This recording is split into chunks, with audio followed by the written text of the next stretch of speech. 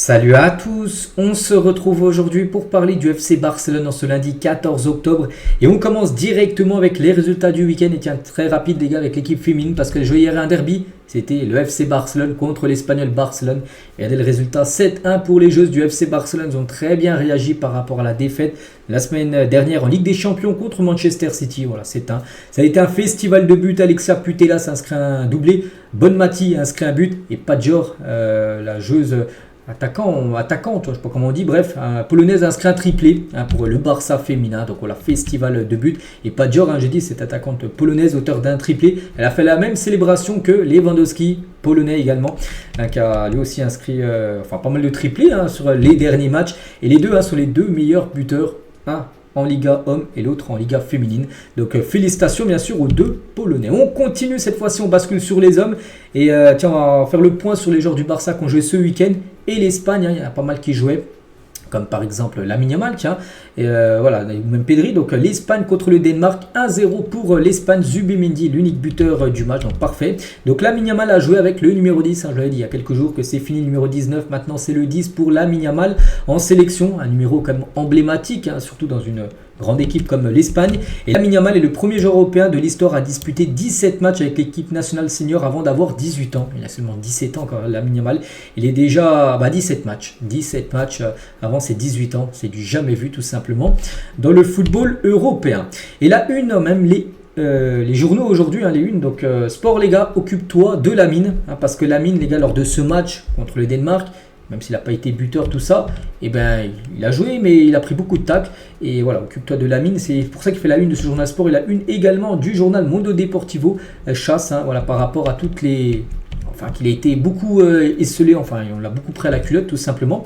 Et Lamine Yamal, les gars, il est sorti du match en boitant. Donc c'est... Voilà. Bon, c'est pas non plus dramatique parce qu'on annonce rien de sérieux. Mais voilà, en gros, déjà, il est forfait pour le prochain match. L'Espagne va jouer demain, je sais plus, contre la Serbie, je crois que c'est demain soir, 20h45. Et Lamine Yamal est de retour à Barcelone. Donc déjà, ça, c'est plutôt une bonne nouvelle, qu'il ne joue pas demain. Comme ça, il va pouvoir souffler et préparer, bien sûr, le prochain match. Enfin, s'il est apte à jouer, Lamine Yamal, parce que pour l'instant, vu qu'il est sorti sur un peu blessure, il boitait lors du match, à la fin du match contre le Danemark, pour l'instant, il est incertain. On ne peut pas dire qu'il soit apte à 100% pour le match contre Séville. N'oubliez pas qu'il y a des gros matchs. Il y a Séville, mais après, il y a le Bayern et il y a le Real Madrid. Le Classico prévu maintenant dans 12 jours. Et pour l'instant, on ne sait pas. Déjà, pour le match contre Séville, il a prévu le 20 octobre prochain. Et Lamine Yamal, il a dit « Je vais mieux, c'est le moment ». De s'en remettre, voilà, c'est peut-être le moment de souffler tout simplement Lamine. Et ce matin, donc là c'est des photos quand il est arrivé à l'aéroport, Lamine Yamal. Et ce matin, les gars, une photo de lui, il est arrivé à la Cité des Sports pour passer des tests, voilà, des tests médicaux. Donc là, certainement dans l'après-midi, il y aura un communiqué médical de la part du Barça qui va sortir par rapport à sa blessure, parce que là, il va passer peut-être une IRM pour voir ce qu'il a vraiment. Voilà. Là, je ne sais pas quand je fais la vidéo ce qu'il a, peut-être demain je vous dirai. Ça se peut il va peut-être souffler pour le prochain match, ça se peut qu'il soit rétabli pour le prochain match, pour l'instant on ne sait pas, mais c'est quand même très inquiétant pour Lamine Yamal. On croise les doigts que ce soit pas grave, parce que imaginez les gars, s'il loupe les prochains matchs, il y a le Bayern, il y a le Real, tout ça, s'il est forfait, ce serait quand même une grosse catastrophe. Le plan de Barcelone pour le retour de Dani Olmo, donc lui... Il revient enfin à la compétition. Donc on Séville devrait jouer 30 minutes après le Bayern Munich, 45 minutes et le Classico. Et il devrait certainement commencer titulaire et après on verra s'il peut jouer tout le match ou pas. Donc voilà le plan tout simplement pour le retour de Dani Olmo. Gavi, ça c'est plutôt une bonne nouvelle parce que Gavi a reçu le feu vert médical pour rejouer. Il est blessé quand même depuis le 20 novembre. Donc là, tiens, ça fait un an et une semaine qu'il est blessé, ligament croisé. Et il a enfin reçu le feu vert médical de la part des médecins du club. Il ne manque plus que l'annonce officielle des médecins. Voilà, mais il a reçu le feu vert. En gros, il va bien pouvoir jouer le prochain match contre Séville, un an après, 11 mois, pour être plus précis. Donc, Hansi Flick a un plan de gestion pour le retour de Gavi. Ce sera peut-être un peu le même plan que Dani Olmo. Peut-être, ce sera peut-être pas 30 minutes, ça sera peut-être seulement 5 minutes. Qui jouera contre Séville, contre le Bayern, peut-être il jouera peut-être la dernière demi-heure, vous avez compris, peut-être contre le Classico, il jouera peut-être une mi-temps, on ne sait pas, mais voilà. Je pense pas qu'il jouera autant contre Séville 30 minutes. Il ne faut pas non plus le faire revenir trop rapidement, parce qu'il y a quand même une grave blessure, ligament croisé, 11 mois sans jouer. Il jouera peut-être 5-10 minutes, tout dépend de comment ça se passera le match contre Séville. L'idée de Hansi Flick est de remplacer Inaki Peña par Sneddzi dès qu'il sera prêt. On pense que dès le prochain match contre Séville, pour être prêt, et peut-être Sneddzi pourrait être titulaire pour après enchaîner avec le Bayern et le Real Madrid en tant que titulaire. Le gardien polonais, où ça fait déjà 3 semaines qu'il a signé au club, il a déjà fait une petite pré-saison. Et voilà, donc dès que Flick verra qu'il sera prêt, certainement là dans quelques jours, il jouera. Et si Sneddzi réalise de bonnes performances à Barcelone, le club lui proposera un renouvellement. Le joueur ne l'exclut pas. Voilà, parce qu'on sait qu'il était en retraite. Bon, il est sorti de sa retraite pour rejouer. Donc là, c'est un contrat jusqu'au 30 juin. Imaginez, il fait vraiment une belle saison. Donc le Barça peut-être lui dira, même si Ter Stegen revient, Ter Stegen retrouvera sa place numéro 1. Ils diront, on veut bien que tu sois la doublure de Ter Stegen, le numéro 2, et du coup Inaki. Peña peut-être lui partirait du club. À part, il faut bien sûr qu'il soit performant bien sûr sur cette saison pour que le Barça lui propose un nouveau contrat. En théorie, Barcelone s'attend à ce qu'Andreas Christensen revienne après cette pause internationale, mais ne veut pas le précipiter ou confirmer son retour trop tôt. C'est vrai que lui, j'en parle quand même peu. On parle beaucoup des Gavi, des Daniel Mo, tout ça, des joueurs proches du retour, mais lui aussi les gars très proches du retour.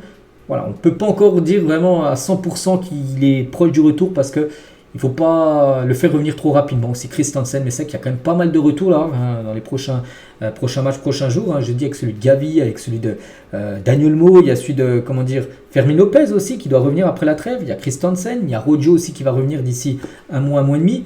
Voilà, c'est plutôt des bonnes nouvelles quand même du côté du Barça. Tous ces retours de joueurs blessés. Bon, après, peut-être qu'il y en a un qui vient de se blesser, c'est peut-être Lamine Yamal. Ça, c'est un coup dur.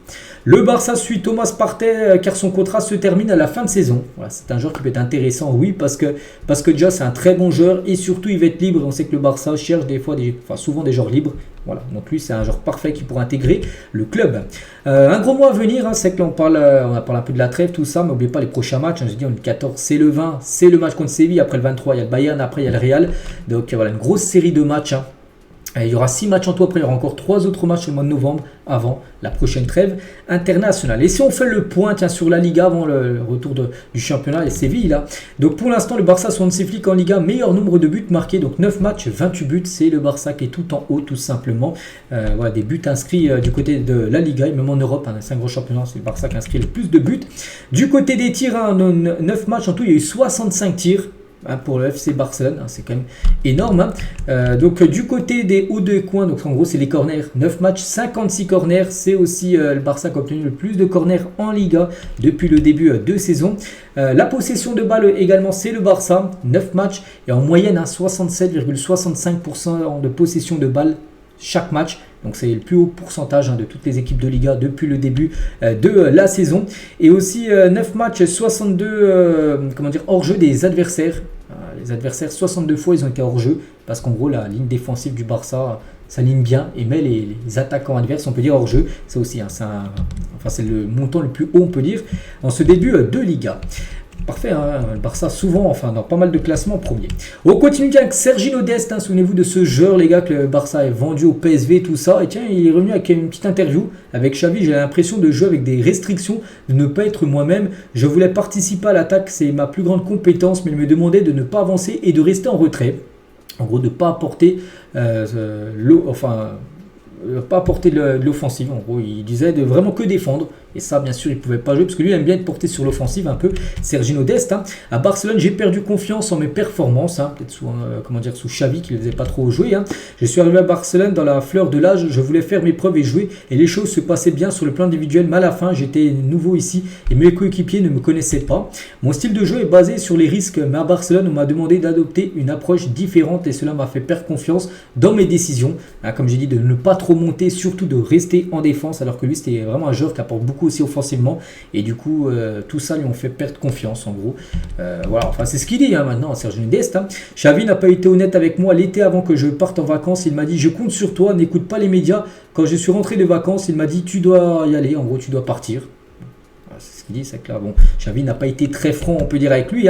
C'est dommage que mon séjour à Barcelone se termine de cette façon parce que je sentais que je pouvais encore être utile au club. Mais quand un nouvel entraîneur arrive et qu'il a ses propres idées, vous ne pouvez pas les changer parce qu'Hansi Flick, lui, n'en voulait pas. Enfin, il ne comptait pas sur lui. C'est pour ça que. Plus, je crois qu'il a été blessé. Je crois qu'il s'est fait les ligaments, je crois, Sergiño Dest.